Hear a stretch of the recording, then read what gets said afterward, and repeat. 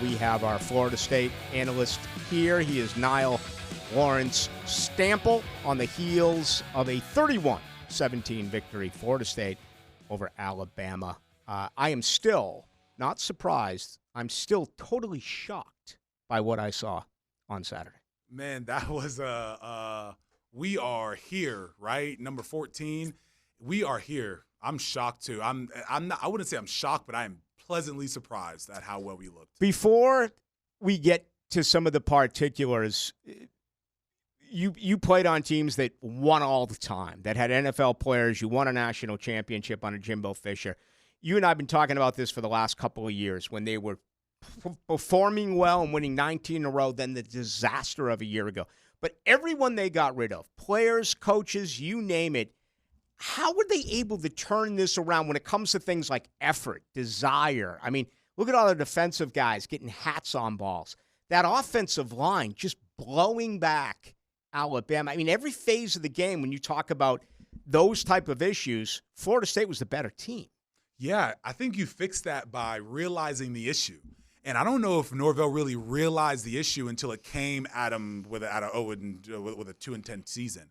I think he honed in on what it was. Obviously, he made a lot of sacrifices that he needed to make.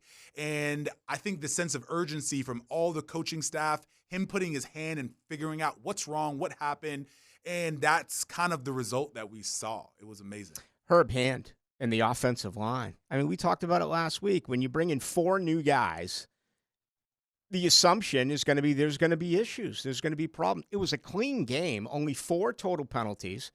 You run for 230 yards. You hand the ball off 49 times against Alabama. Yeah, I think there's so much to it. Obviously, the offensive line played really well because I think that determination is important to realize, as well as these guys had played, right? You have a brand new offensive line. Making them cohesive is one thing, but they're all ball players. They all know how to play the game. But I think Gus had a lot to do with that. There was so many different variables that allowed things to open up, and our guys executed. Yeah. All right, so let's look at the big picture here. Now that you bring in a guy like Herb Hand and you bring in Gus Malzahn, who was fearless in this game, how about on 4th and 1 from their own 36? No motion, no nothing, just man football, and they give it to Williams, and he goes for 4 yards on Florida State's side of the field. Yeah, that's a gutsy move, but we've been moving the ball. We're moving the ball. The guys upstairs telling them, put Roydell in and run that rock. Like, that has got to happen, and it showed itself, and when you have that opportunity to trust your guys, they went with it. All right, and then Tony White on the defense. So I know it's only one game, but just the change now when you look at it's Mike Norvell as the head coach. It's Mike Norvell as the CEO, overseeing everything. He's going to allow Gus to call his game. He allows Tony White to call his game. What do you see changing now with the head coach and Florida State as he oversees everything instead of, dealing with Alex Atkins and trying to call a game? What I think a good point and what we're going to see is that going into this Alabama game, you're kind of questioning, right? You've brought on some new coaching staff. You have to be able to trust them. And once they've kind of established themselves, I think Norvell could even do a better job of being able to oversee everything. There's no having to now micromanage. Now we just need to fix the wrinkles. So I think Norvell's probably in the best situation he could be, being able to see an overall picture of what's going on, because there's no real major issues right now. It's just kind of honing in. All right. As a former player, as we're talking with Niall Lawrence Stample, won a national title with Florida State. And also played defensive tackle for the Cleveland Browns in the National Football League. I know the game has changed a little bit quite a bit since you played. What's your understanding after Thomas Castellanos calls out Bama, backs it up? Now you walk into the locker room with all of these new players, many of which were not part of the debacle of a year ago. How does the mindset now change of this Florida State football team after making the statement after the words were said?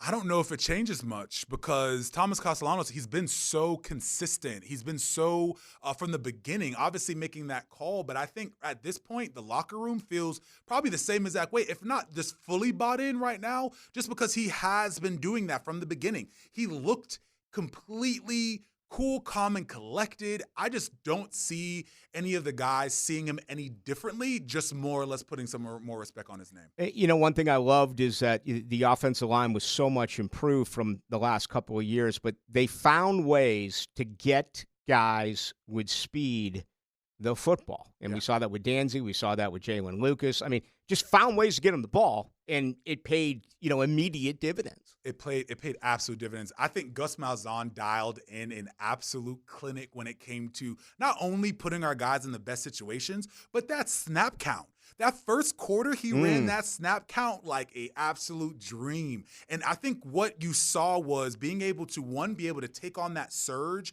and not have the defensive line be kind of on their toes, but be able to kind of manipulate that a little bit. But I like the most that we were able to, one, get our guys in good opportunities and good situations, but be able to have a bunch of fail-safes within the offensive scheme that can get us out of jams, that can get us conversions, that can get the defensive line to either run upfield or to be able to stump them in a way. There was one play the offensive line didn't even move, right? Mm-hmm. So, and these are happening in regular downs. You see that sometimes on like a goal, you see them sometimes on like a field goal or something like that, but we're seeing this in regular play. I think Gus Malzahn prepared this offense to be absolutely effective in any situation. Florida State will win at 31-17 over Alabama. Talking Florida State football with our FSU analyst, Niall Lawrence Stample. Let's get to the defense, and I really want your thoughts on it. But they allow a 17-play, 75-yard drive that takes nearly 8 minutes off the clock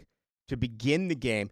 Then their second defensive opportunity, they allow a 9-play drive where it's a missed field goal. I mean, Alabama held on to the ball for 15 of the first 18 minutes of this football game. That's a tired defense in Tallahassee, yet they stood up when they needed to most. Yeah, I think those are the things that you want to see out of your defense. No matter if it was the first drive or the last drive, I still think you saw that intensity and that fire that they played with. Tony White's defense is so unique, and I love it because it allows multiple players to be able to get involved, right? And his defense is made to where you can see guys flash. There was no real standout player other than Earl Little Jr. Oh, wow. You had a couple other players that stood out, but you had Blake Nicholson, you had Justin Cryer, you had multiple players get to flash on film. And when you have a balanced defense like that, there's longevity in that. There's long-term success in that because now we're not relying on one player. We're relying on the defense as a whole. Now, Lawrence Stample, our guest, joining us right here on your home of the Jaguars, 92.5 FM, as we talk Florida State, their big victory, 31-17 over Alabama. Don't want to get too picky here because it's an unbelievable win, but I need to see a little bit more out of the defense. I did think that if Simpson had a really good day, this could have been somewhat problematic. Where are you right now with the Florida State defense, and how much better do you believe they can get? Yeah, and that's one of those things. So I've watched the game a few times, and there's definitely a lot of mistakes. There's a lot of issues. There's a lot of things that I feel like there were more missed assignments, but what you can make up for is effort, right? On my Instagram, anyone follow me on Instagram, follow me on social media. I go into a lot of insight, and I asked a lot of the tribe that's with me, my followers, and I asked them what was the biggest thing that they saw, and it was effort, right? Everyone saw effort, and I think that with effort comes being able to make strides a lot quicker than you can in a regular defense. If you have the effort and determination that Tony White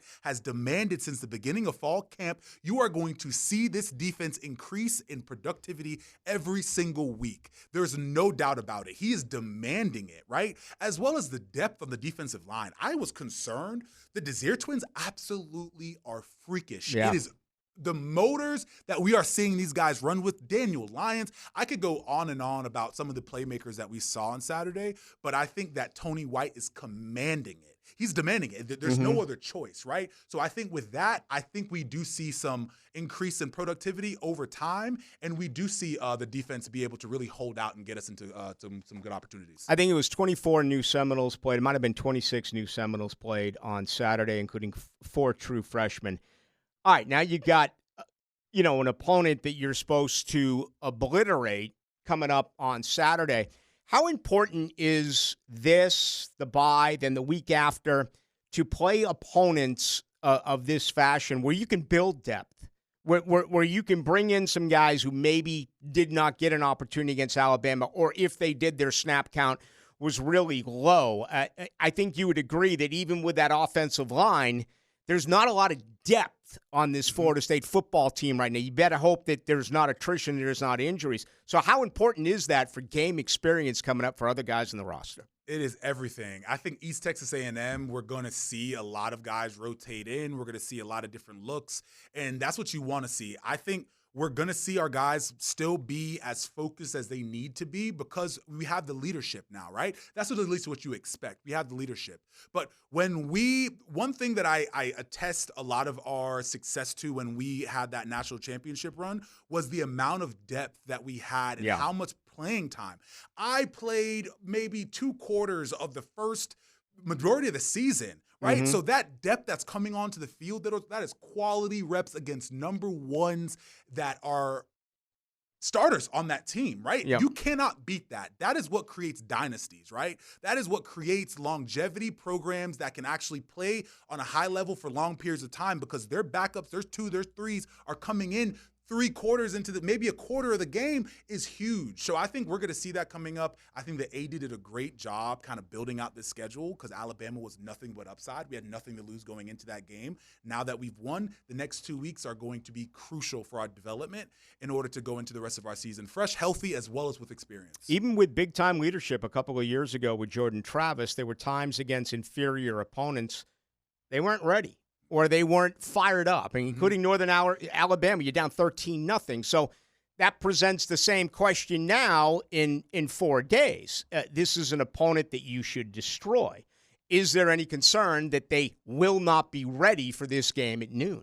It's hard to think that. Obviously, you never know, but it's hard to think that with the leaders that you're seeing emerge, come on the field, the intensity that you saw. It's hard because obviously college football, anybody can get beat on any given day. And that's why a lot of people love watching it. And what we saw on Saturday was them playing to the level of their competition. What we don't want to see is obviously that kind of trickle down. But I think that momentum is there. I think Norvell's hair has been on fire for the last 9 months. I don't see it going anywhere anytime soon because this is his legacy that he's leaving, right? Right. And he's been able to see it turn around so quickly. I would be shocked if we don't see them come out next week looking like a 2013 Florida State. Anything else you want to add that I missed? Anything else stick out? I would say the last thing that I think that I saw that I really, really loved was just the overall execution of the team. Very little penalties. We came out looking ready to go. Obviously, we had a few mishaps on the special teams and a couple other things. But I thought I was really pleasantly surprised on how well put together we looked for having a defensive coordinator that just came in, an offensive coordinator that just came in, and how cohesive everyone looked. It was a beautiful thing to watch. All right, the HOA Mafia has hit me up. They said I need my driveway pressure watched, the sidewalk, as well as my front door. So I've called Niall Lawrence Stample at NLS Cleaning. Give us the very latest. What's happening with your business? We help a lot of HOA situations, so we'll be out there. We'll get that stuff taken care of for you. But again, we are doing all pressure washing, all exterior cleaning. So your windows, we're doing full exterior and interior window cleaning, paver sealing and repairs, commercial, residential. Give us a call at 904-708-8802. You can check us out on our website at nlscleaning.net. And yeah, we're always here. We love to help our Jacksonville locals. Good to see you now. Been a fun weekend. It's going to be a great week. Yes, sir. Go Noles.